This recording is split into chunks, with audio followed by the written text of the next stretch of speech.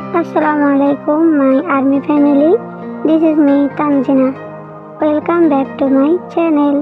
তো আজকে আমি তোমাদের জন্য টেকুক ডে স্পেশাল একটা স্টোরি নিয়ে এসেছি।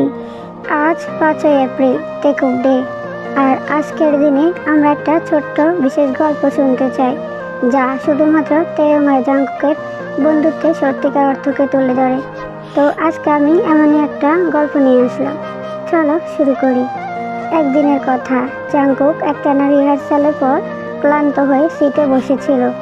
আজ তার খুব খারাপ দিন। মনে হচ্ছিল যেন কিছুই ঠিক হচ্ছে না। তার চেহারায় ক্লান্তি, চোখে অনিদ্রা, আর মনে কিছু অজানা অবসাদ। ঠিক তখনই ভেতর থেকে ভেসে আসা একটা পরিচিত হাসি তাকে ঘুরে দাঁড়াতে বাধ্য করলো। সেটা ছিল তেয়ংয়ের হাসি, আদৌ মিষ্টি আদৌ মজার। তেয়ং এসে দাঁড়ালো তার সামনে, হাতে দুটি ম্যাঙ্গো জুস নিয়ে। তেয়ং, এটা পান করো, এটা তোমার প্রিয়। তুমি কি জানো তোমার চোখের ক্লান্তি একেবারে চোখে পড়েছে? জাংকুক অদ্ভুতভাবে তাকিয়ে রইল, কিছু বলল না। তেয়ং একটু হাসলো, তারপর বলল, কেন, তুমি কি জানো না আমি তোমার চোখের অবস্থা বুঝি? তেয়ংয়ের কথায় হেসে উঠল জাংকুক। সে জানতো এই মুহূর্তে তাকে যদি কেউ বুঝতে পারে তবে সেটা শুধু তেয়ং। তার বন্ধুত্ব কখনোই ঝগড়া বা দূরত্ব মানে না।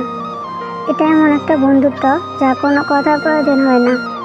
জাংকুক, ধন্যবাদ তেয়ং, তুমি সবসময় কিভাবে জানো আমাকে শান্ত করতে হবে? তেয়ং, এটাই তো বন্ধুত্বের কাজ, আর তুমি তো জানো আমি তোমার পাশেই থাকবো। এভাবে একে অপরের পাশে দাঁড়িয়ে তাদের বন্ধুত্ব আরো শক্তিশালী হলো। তাদের সম্পর্কটা যেন কোনো এক দৃশ্যমান সীমারেখায় আটকে পড়ার মতো।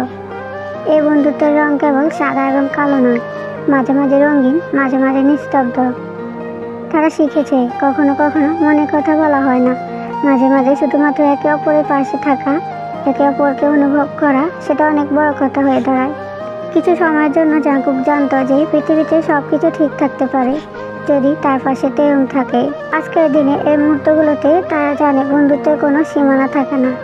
তারা সবসময় একে অপরের পাশে থাকবে, একে অপরকে সত্যি অর্থে বুঝবে।